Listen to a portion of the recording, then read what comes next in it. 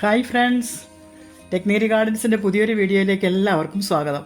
മഴക്കാലം തുടങ്ങിയതോടെ നമ്മുടെ ഗാർഡനിലെ നല്ല നല്ല ചെടികളൊക്കെ പല കാരണങ്ങൾ കൊണ്ടും ഇലകൊഴിച്ചിലും കമ്പ് ചീയലും അതുപോലെ രോഗങ്ങളൊക്കെ ഉള്ളതുപോലെ നമുക്ക് തോന്നി തുടങ്ങിയിട്ടുണ്ട്. ഇവിടെ എൻ്റെ ഗാർഡനിൽ പല ചെടികൾക്കും കമ്പിയലുണ്ടായിട്ടുണ്ട്, കമ്പ് ഉണങ്ങിയിട്ടുണ്ട്. കുറേ എണ്ണമൊക്കെ ഞാൻ എടുത്ത് മാറ്റി വെച്ചിരിക്കുകയാണ്. എന്നാൽ കുറേ എണ്ണം മഴ നനഞ്ഞ് ഇപ്പോഴും നിൽക്കുകയാണ്. ഇങ്ങനെ രോഗങ്ങളുണ്ടാകുന്നത് പ്രധാനമായിട്ടും ഹൈബ്രിഡ് ഇനങ്ങൾക്കാണ്, ബോഗൺവില്ലയിൽ പ്രത്യേകിച്ചും. നമുക്ക് നമ്മുടെ ഈ ബട്ടർ കപ്പ് ഉണ്ടോ, ഇതിനിപ്പോൾ കുഴപ്പമൊന്നുമില്ല, പൂക്കളുണ്ട്, ഇലകൾക്കൊന്നും യാതൊരു കുഴപ്പമില്ല. എന്നാൽ ഇത് വളരെയധികം മഴയായി കഴിയുമ്പോഴേക്കും, മഴയൊക്കെ അങ്ങ് കനത്ത് കഴിയുമ്പോഴേക്കും ഇതിൻ്റെ ഇലകൾ പൊഴിയും, അതുപോലെ തന്നെ കമ്പിന് ചീയൽ കാണും. വേരുകൾക്ക് വെള്ളം കെട്ടി നിന്നിട്ട് തന്നെയല്ല, തുടർച്ചയായ മഴയാകുമ്പോഴത്തേനും ഇതിൻ്റെ മീഡിയത്തിൽ വെള്ളം നന്നായിട്ട് ഒഴുകി പോയിട്ടുണ്ടെങ്കിലും നല്ല കുഴഞ്ഞ മണ്ണായിരിക്കും, ചെറിയ ചെറിയ വേരുകൾക്ക് ചീയലുണ്ടാവും. അതുകൊണ്ട് ഇത്തരം ഹൈബ്രിഡ് ഇനങ്ങളെ നമ്മൾ മഴ കൊള്ളാതെ മാറ്റി വയ്ക്കുകയാണ് നല്ലത്. വീടിൻ്റെ സൈഡിലായിട്ട് മഴ കൊള്ളാതെ മാറ്റി വെച്ചിരിക്കുന്ന ചെടികളാണ് ഇതൊക്കെ. ഈ കഴിഞ്ഞ ജൂണിൽ നട്ടുപിടിപ്പിച്ച ചെറിയ ചട്ടികളിലേക്ക് മാറ്റി വെച്ചിരുന്നതാണ്. നിറച്ച് പൂവിട്ട് നേരത്തെയും ഇപ്പോൾ മഴ കൊള്ളാതെ വെയിൽ ചെറുതായിട്ട് ഏക്കുന്ന ഒരു ഭാഗമാണ്. അതുകൊണ്ട് തന്നെ ഇതിൽ നിറച്ച് പൂക്കളുണ്ട്, കേടൊന്നും തന്നെ കാണുന്നില്ല. ഇത് ഗോൾഡൻ ബിഗോച്ചീസ് എന്ന് പറയുന്ന ഒരു നല്ല വെറൈറ്റി ഹൈബ്രിഡ് ഇനമാണ്, റെയറാണ്. ഇതിൻ്റെ ഇലകൾ കണ്ടോ, തീരെ ചെറിയ ഇലകളും ധാരാളം ബ്രാഞ്ചുകളും ഉണ്ടാകുന്ന ചെടിയാണ്. അതുകൊണ്ട് തന്നെ ഇത് നിറഞ്ഞു കവിഞ്ഞാണ് പൂക്കൾ ഉണ്ടാകുന്ന സമയത്ത്. ഇപ്പോൾ പൂ കുറവാണ്, പൂവെല്ലാം കഴിഞ്ഞിട്ടിരിക്കുന്ന സമയമാണ്. നിറഞ്ഞു കവിഞ്ഞ് നമുക്ക് ഈ ഇലകളൊന്നും കാണത്തില്ലാത്ത രീതിയിൽ ഇതിൽ പൂക്കളുണ്ടാവും. അത്ര ഭംഗിയാണ് ഇത് കാണാൻ. അതുകൊണ്ട് തന്നെ ചില ഇൻസെക്ട്സ് ഇതിൽ വന്നിരുന്നത് നമ്മൾ കാണുകയില്ല. ഇങ്ങനെ ചെറിയ ചെറിയ കമ്പുകളെ ഈ ഇൻസെക്ട്സ് ആക്രമിക്കും.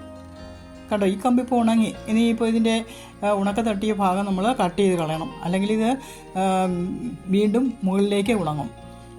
ഇത് കണ്ടോ, ഇങ്ങനെ ഓരോ കമ്പും ഇത് ഉണക്കിക്കളയും. ഇതിപ്പോൾ ഒരുപാടെണ്ണം ഉണ്ട്, മഴയായി തുടങ്ങി, ഇനി ശല്യം കൂടും.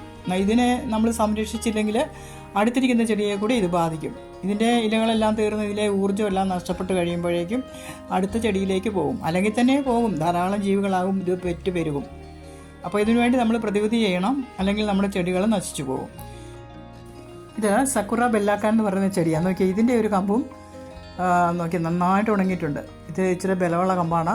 അറ്റത്തുനിന്ന് നോക്കി ഇലകൾ ആദ്യം നമുക്ക് തോന്നും വാടി നിൽക്കുവാന്ന്. ഈ ഇലകൾ വാടിയിട്ടാണ് ആദ്യമേ ഇലകളിലെ നീരാണ് ഇത് ഊറ്റി കുടിക്കുന്നത്. അത് കഴിഞ്ഞിട്ടാണ് പിന്നെ ഇങ്ങോട്ട് വരുന്നത്. നമ്മളിങ്ങനെയുള്ള ഭാഗം ഒന്ന് കട്ട് ചെയ്ത് കളയുകയാണ് നല്ലത്. അപ്പോൾ അങ്ങനെയുള്ള ഭാഗമെല്ലാം നമ്മൾ ചെടിയെ ഒന്ന് നല്ലതായിട്ട് പരിശോധിച്ചിട്ട് അത്തരം കമ്പുകളെ നമ്മൾ വെട്ടി ഇങ്ങനെ മാറ്റണം. അതാണ് ഒന്നാമതായി ചെയ്യേണ്ടത്. എല്ലാ ചെടികളിലും നമ്മൾ വളർത്തിയിരിക്കുന്ന എല്ലാ ചെടികളിലും നമ്മൾ ഇതുപോലെ പരിശോധന നടത്തി ഇതുപോലെയുള്ള ഉണങ്ങിയ കമ്പുകൾ, വാടിയ ഇലകൾ എല്ലാം മുറിച്ച് മാറ്റണം. ഇതാണ് ഞാനിവിടെ ഉപയോഗിക്കുന്ന പെസ്റ്റിസൈഡ്. കലക്സ് എന്നാണ് ഇതിൻ്റെ പേര്. വർഷങ്ങൾക്ക് മുമ്പ് തന്നെ ഇത് ഉപയോഗിക്കാൻ തുടങ്ങിയിട്ടുള്ളതാണ് ഞാനിവിടെ. ഇത് എനിക്ക് വളരെ പരിചിതമാണ്. പക്ഷേ ഇത് പോയ്സണസ് ആണ്. പോയ്സണസ് ആയതുകൊണ്ട് തന്നെ നമ്മളിത് കൈകാര്യം ചെയ്യുമ്പോൾ ശ്രദ്ധിക്കണം. കയ്യിൽ ഗ്ലൗസ് ഇട്ട് മാത്രമേ ഇത് ഓപ്പൺ ചെയ്ത് നമുക്ക് ആവശ്യമുള്ള ലിക്വിഡ് ഇതിൽ നിന്ന് എടുക്കാവൂ.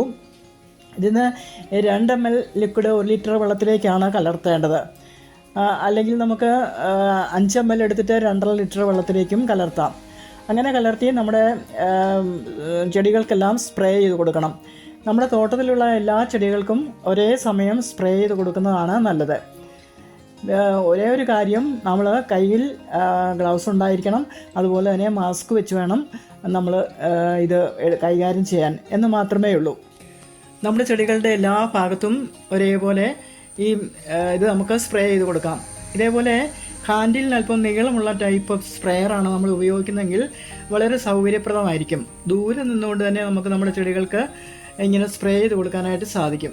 ചെടികളുടെ എല്ലാ ഭാഗത്തും, അടിഭാഗത്തും മുകൾ ഭാഗത്തും ഇലകളിലും എല്ലാം നന്നായിട്ട് ഇതിൻ്റെ സ്പ്രേയിങ് ചെയ്യണം.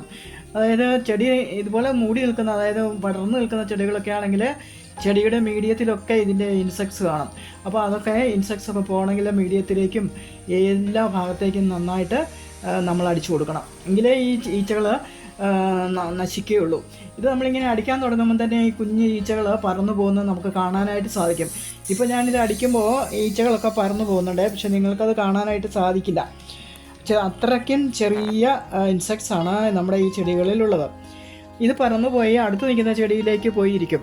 അതുകൊണ്ട് ഒരേ സമയം തന്നെ നമ്മുടെ തോട്ടത്തിലുള്ള എല്ലാ ചെടികൾക്കും ഇതേപോലെ ചെടികളിൽ മൊത്തമായിട്ടും അടിച്ചു കൊടുക്കുന്നതാണ് വളരെ നല്ലത്.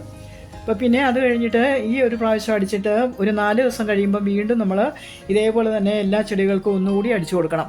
കാരണം ഇതിനകത്ത് ഇരിക്കുന്ന മുട്ടകളുണ്ട്. ഈ ഈച്ചകളെല്ലാം ഇതിനകത്ത് മുട്ടയിട്ട് വെച്ചിട്ടുണ്ടാവും. ആ മുട്ടകളൊക്കെ വിരിഞ്ഞ് വീണ്ടും ഈച്ചകളാവും.